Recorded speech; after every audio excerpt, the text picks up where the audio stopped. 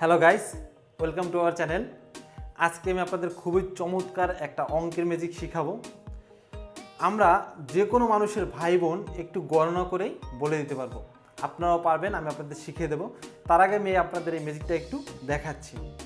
তো এই ম্যাজিকটা আমি প্রথমে করব। আমার পাশে আছে সুপ্রিয়ার সাথে আমি প্রথমে ম্যাজিকটা একটু করে নিই।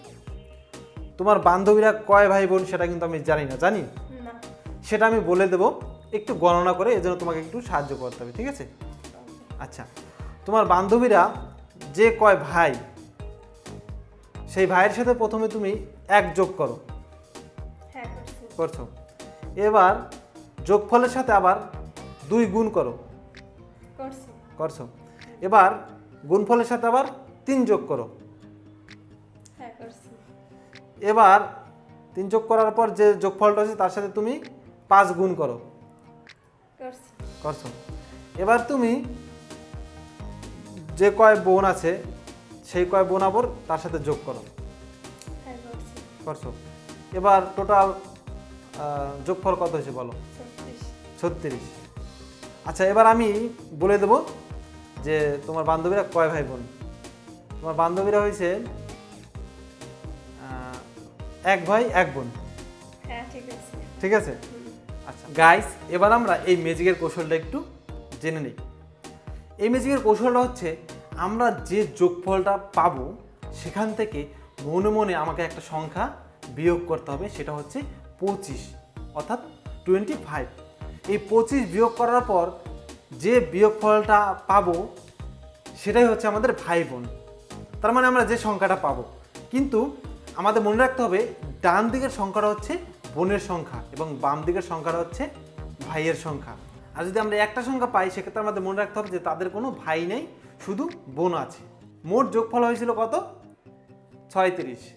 এবং 36 থেকে যদি আমি 25 বিয়োগ করি থাকে কত? 11। তার মানে 1 ভাই 1 বোন।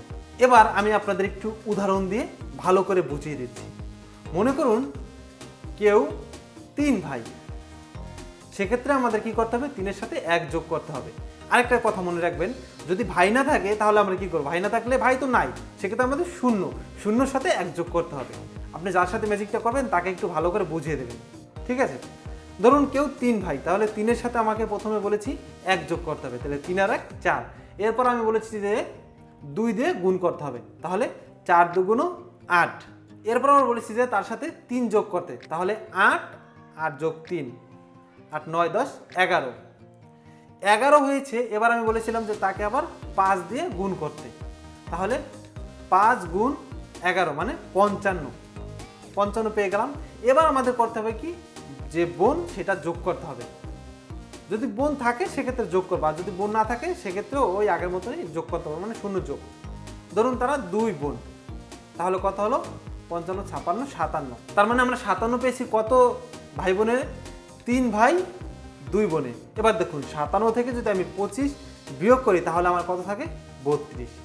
আর 32-এ ডান দিকের সংখ্যাটা হচ্ছে 2 এবং বাম দিকের সংখ্যাটা হচ্ছে 3, তার মানে 3 ভাই 2 বোন। আরেকটা জিনিস মনে রাখবেন, যদি ভাই না থাকে সেক্ষেত্রে কিন্তু সবসময় একটা সংখ্যা হবে, মানে টোটাল যোগফল থেকে আমরা যদি 25 বিয়োগ করি সেক্ষেত্রে একটা সংখ্যা হবে। আবার যদি বোন না থাকে সেক্ষেত্রে কিন্তু সবসময় সংখ্যার সামনেরটা 0 হবে, যেমন 10 হবে, না হলে 20 হবে, না হলে 30 হবে, না হলে 40 হবে, এরকম হবে।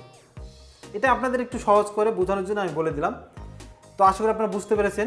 গাইস, আপনারা যারা ভিডিওটা দেখছেন আপনারাও মোট যোগফলটা আমার কমেন্ট বক্সে লিখে জানান, আমি বলে দেবো আপনারা কয় ভাই কয় বোন। এরকম মজার ইন্টারেস্টিং বিষয় নিয়ে আমি আপনাদের সামনে আবারও হাজির হব। সবাই ভালো থাকবেন, সুস্থ থাকবেন।